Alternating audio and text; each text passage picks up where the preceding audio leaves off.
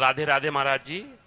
महाराज जी, जो भगवान का नाम नहीं लेते फिर भी अच्छे से रहते हैं, और जो भगवान का नाम लेते हैं परेशानी में रहते हैं, क्या फर्क है? कौन बोला? ये तीनों मतलब। हाँ, ऐसा देखा भी जाता है। क्या होता है कि जैसे कोई प्रभु का नाम जप नहीं कर रहा और बड़ा लौकिक पदार्थों से भरा पूरा देखा जाता है, सुखी देखा जाता है, तो उसमें हमारे भागवतिक विधान में एक सिस्टम है। जो भगवत मार्ग से विमुख आचरण, पापाचरण, अधर्माचरण करता है और आपको सुखी नजर आ रहा हो, तो उसके बहुत थोड़े पुण्य हैं। उनको भुगाने के लिए पहले हमारे संविधान, भागवतिक संविधान में उसके पुण्य नष्ट कर, क्योंकि जब उसे दुख मिलेगा तो पुण्य उसका सहयोग कर देगा, इसलिए पहले उसके सहयोगी का नाश किया जाता है। उसका सहयोगी जो सुकृत है उसको दे दिया गया। अब वो पापाचरण में और उन्मत्त हो गया। अब उसके वो सुकृत चल रहे, इसलिए उसे जुकाम भी नहीं होगा। अब वो सोचता है कि कुछ नहीं, कोई निर्णय नहीं, कोई भगवान नहीं, मनमानी पापाचरण करो, खूब मौज से रहो, और वो सुकृत उसके नष्ट हो रहे हैं। और जिस दिन उसके सुकृत नष्ट हुए, फिर मिटिया मेट होते हुए देखा है। शास्त्रों का विधान तो है ही, हमने देखा है। एक ठाकुर रामबली सिंह जमींदार आसपास बंदूक लेके चलते, ऐसा बच्चापन में उनको देखा हमने।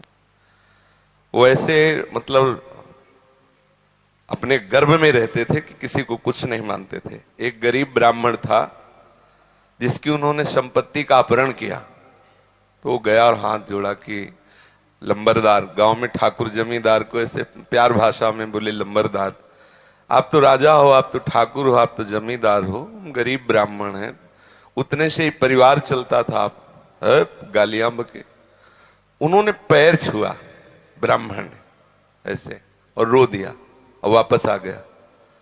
जानते हो, आज उनके कुल में कोई पानी देने वाला नहीं।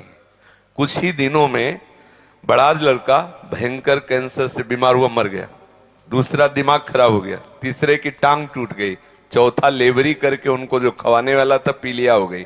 और आप अफीम के इतने नशेबाज बन गए कि धीरे धीरे सब, जहां उनके आगे पीछे बंदूक लेके चलते थे वहां मक्खी उड़ाने वाला कोई नहीं रहा, और एक पशु की तरह मरे जब कोई फेंकने वाला नहीं, ऐसी स्थिति।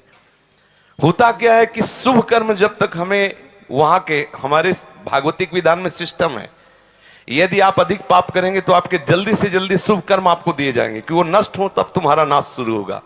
और जब आप भागवतिक कार्य करते हैं तो देख लिया गया ना कि आप संभल रहे हो, तो आपको कोई बाधा ना पहुंचा सके, इसलिए आपके जो पाप कर्म हैं उनको फेंक दिया गया कि उधर से खाली करो।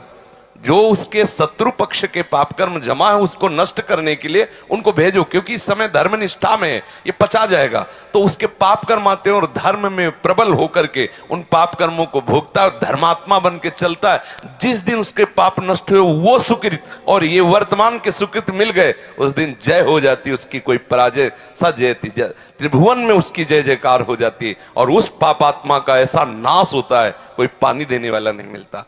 ऐसा नहीं है कि पापी पुरुष मौज से है और धर्मात्मा कष्ट से है, उसके रहस्य को नहीं जानती, इसलिए तुम्हें ऐसा लगता है। समझ पा रही हो?